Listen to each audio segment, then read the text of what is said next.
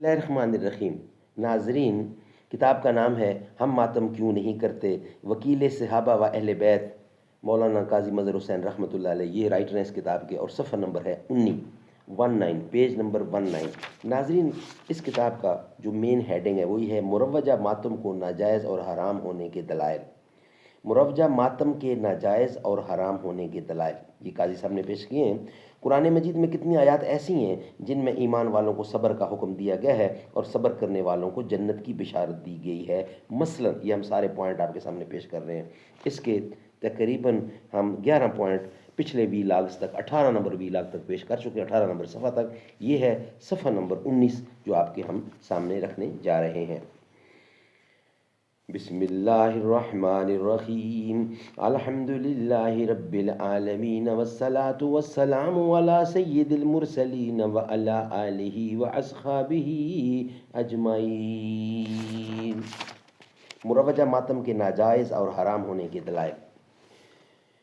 زباں پر مومنوں کے جب بھی ذکر تاجدار آئے تو اس کے بعد لازم ہے کہ ذکر چار یار آئے۔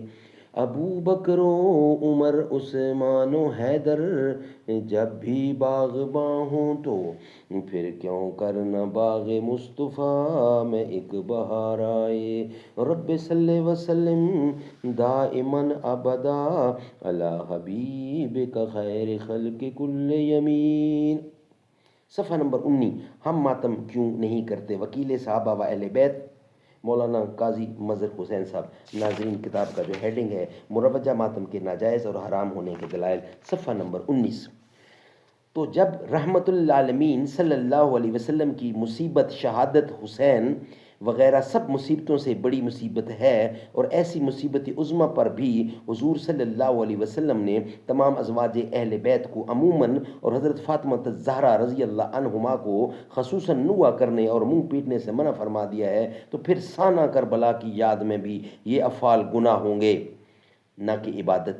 اور اس قسم کی مجالس ماتم بپا کرنے میں رسول اللہ صلی اللہ علیہ وسلم کی مخالفت لازم آئے گی نہ کہ اطاعت۔ پوائنٹ نمبر 12، امام حسین کی آخری وصیت۔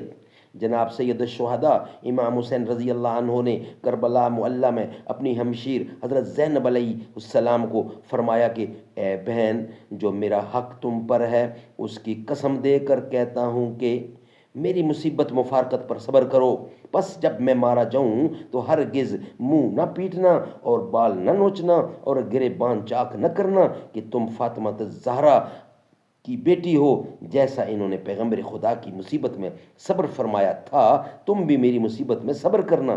یہ کون سی کتاب کا حوالہ دیا گیا ہے؟ جلال العیون مترجم باب قضا یائے کربلا، صفحہ نمبر 382 میں یہ لکھا ہے۔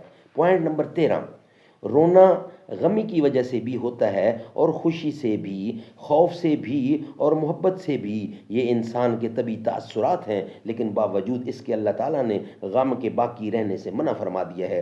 جنگ احد میں نبی کریم صلی اللہ علیہ وسلم کے دانت مبارک شہید ہوئے اور 70 اصحاب حضور صلی اللہ علیہ وسلم کے حکم سے پرچم نبوی کے سائے میں کفار کے مقابلے میں شہید ہوئے، جن میں حضور صلی اللہ علیہ وسلم کے سگے چچا حضرت حمزہ رضی اللہ عنہ بھی تھے، اور ان شہداء کا مسلمانوں کے دلوں میں طبی طور پر صدمہ بھی تھا، لیکن باوجود اس کے اللہ تعالیٰ نے اصحاب رسول کو ارشاد فرمایا۔